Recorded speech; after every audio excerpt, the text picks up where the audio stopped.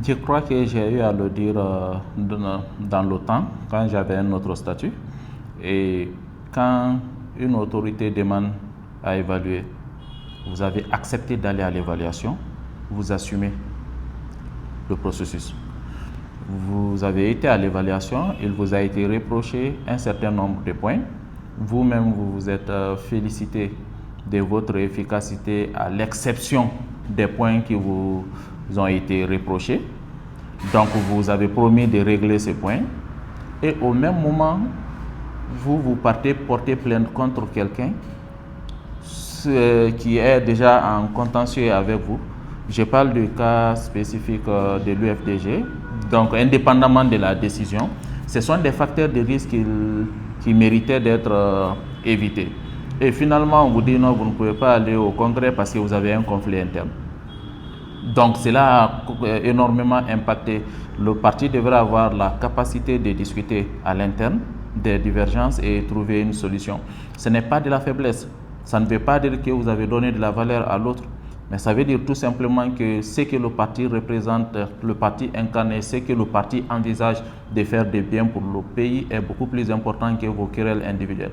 Mais malheureusement, beaucoup de partis n'ont pas su transcender cela. Donc, la forte croyance d'hommes providentiels a amené beaucoup de projets à s'éclipser comme ça, comme si rien n'était. Donc, aujourd'hui, je ne sais pas, parmi les 46, certains avaient leur certificat ou pas. Si vous n'avez pas de certificat, ça veut dire qu'il y avait encore des critères que vous n'avez pas pu remplir. Et au lieu de se donner de l'énergie à taper sur le pouvoir et à dire combien il veut nuire aux partis politiques, il fallait mettre l'énergie là dans la résolution de ces problèmes et laisser le pouvoir, mais observer le pouvoir s'ils vont dissoudre après avoir rempli ces conditions. C'est malheureux parce qu'il y a des partis qui ne sont pas que des partis politiques, mais ces partis représentaient tout un symbole. C'est le cas du PDG RDA. Quand un parti a présidé un pays pendant des dizaines d'années, partir comme ça, c'est regrettable. C'est valable pour le PIP, c'est valable même pour le RPG, mais ça doit être aussi une leçon d'avenir pour nous autres, pour dire que quel que soit le parcours élogieux d'un parti politique, s'il ne met pas l'esprit du parti, la vision du parti et l'intérêt du pays au-dessus des divergences internes, le parti sera forcément appelé à disparaître. Face aux règles, si ce qui n'a pas épargné le PDG, le RPG, l'UFDG, l'UFR n'épargnera aucun autre parti politique. Donc les partis ont intérêt à travailler à réunir les conditions. Et ce qui est aussi dramatique, je disais tout de suite qu'on s'occupe trop des faits divers dans ce pays. Au moment où la loi a été en débat au niveau de l'Assemblée nationale, aucun parti politique ne s'est levé pour dire non, attention, il y a tel élément d'appréciation. Les gens s'occupaient des futilités. Et aujourd'hui, la loi est là, ça s'impose. Tant que la loi n'est pas revue, ça va continuer à s'appliquer. Je ne crois pas s'il y a un seul parti politique qui ignorait qu'un débat était en cours par rapport au parti politique. Maintenant, quand vous savez qu'il y a un processus qui vous concerne, on ne vous a pas impliqué, il est de votre responsabilité de réclamer à temps opportun. Maintenant, la loi est en vigueur, qu'est-ce qu'il faudra faire? Entre la loi et un parti politique, qu'est-ce que vous allez faire? Même si vous considérez une loi comme unique, mais elle demeure une loi. Donc, il y a ceux qui sont aux commandes ont tous les instruments légaux à leur disposition pour faire ce qu'ils ont à faire dans le sens du respect de cette loi. C'est malheureux et je crois que les classes politiques en gestation ou bien en développement doivent tenir compte de cela. Il ne faudrait pas que la politique soit uniquement des folklores hebdomadaire où on parle des sujets périphériques et finalement la consistance n'y est pas, et même s'il y a de la consistance, mais ça n'intéresse pas l'opinion. Mais c'est à eux de changer cet angle de regard de l'opinion en faisant en sorte que les sujets d'intérêt soient ceux qui occupent l'espace médiatique. Bon, je ne sais pas parce que j'ai l'impression qu'il y a des polémiques dans ce sens. C'est vrai que on a entendu à travers les médias qu'il a été demandé aux partis membres de fondre dans le GMD, mais ils disent aussi que les gens sont appelés à venir individuellement. Il s'agit de démissionner de son parti et venir en tant que citoyen, quelle que soit l'option qui aurait prévalu.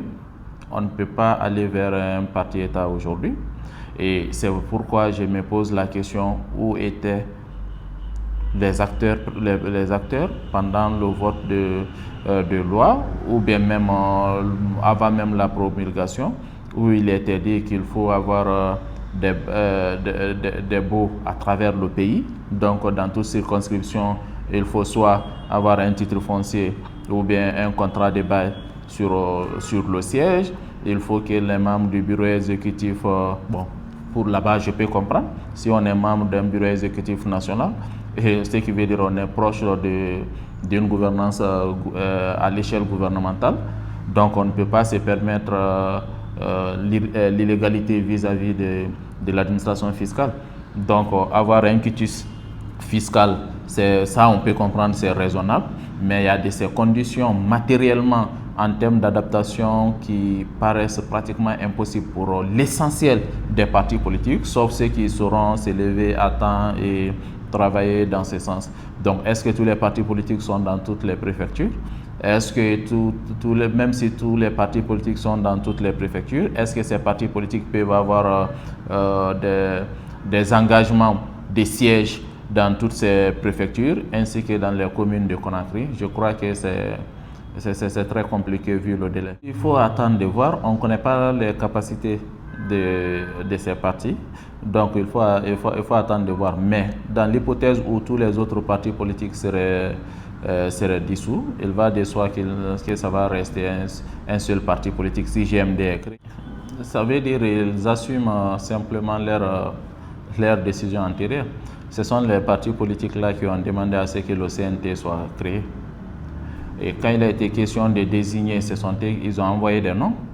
Quand la liste a été retenue pour le CNT, ils étaient là. Ils n'ont rien dit, ils n'ont pas dit nous sommes peu dedans, ou bien ils avaient à l'époque plus d'instruments de dissuasion par rapport à certaines décisions. Ils n'ont rien fait parce que chacun espérait que la situation allait évoluer favorablement à son profit vis-à-vis du CNRD. Et aujourd'hui, les conséquences commencent à tomber. Ils ne peuvent qu'assumer leur manque d'anticipation. Je crois que la génération que nous avons connue jusqu'en 2020 risque d'être victime de son manque de hauteur de vue. Je crois que ceux qui arriveront à remplir les conditions vont continuer. Ceux qui n'arriveront pas, probablement, vont subir le même sort que les 40. Mais la reconfiguration de l'architecture politique est devenue une évidence. On ne peut plus parler de tendance vers la reconfiguration. La reconfiguration est là. Peut-être les acteurs clés ne sont pas connus par rapport à ce qui pourrait déterminer l'orientation du débat politique dans les 5 à 10 années à venir. Ce qui est clair, il y a une mutation profonde dans l'architecture politique. Des partis qui ont été dissous, même qui sont revenus au pouvoir plus tard, c'est le cas de l'Angola. Et ce qu'il faut noter, il faut faire une distinction entre l'exécutif d'un parti et le parti. Parce que si vous dites qu'est-ce qu'on peut diriger la Guinée sans ces partis, ce qui veut dire on pense à leur président. Donc le parti, ce n'est pas le président, c'est un ensemble d'acteurs. Il peut y avoir même des acteurs plus déterminants qui ne sont pas connus du grand public. Et le parti aussi, dans un parti, les couleurs, les logos ne sont que des éléments de matérialisation. Donc le nom, logo et couleur peuvent partir et que l'esprit, la vision reste. Donc on ne peut pas dire que c'est une fin de carrière pour les concernés, mais c'est une mutation institutionnelle profonde et cela va dépendre maintenant de leur mouvement. Est-ce qu'ils vont se réorganiser, revenir sous d'autres noms ou bien avec le même nom sous le nouveau régime en réunissant toutes les conditions légales, Est-ce qu'ils vont rejoindre d'autres tendances émergentes ou tout simplement est-ce qu'ils vont rester sous forme de mouvements politiques, participer au débat public, mais ne pas être en parti politique, mais être collaborateur des partis politiques existants. Toutes ces options sont là, mais il faut quand même noter que la mutation est profonde.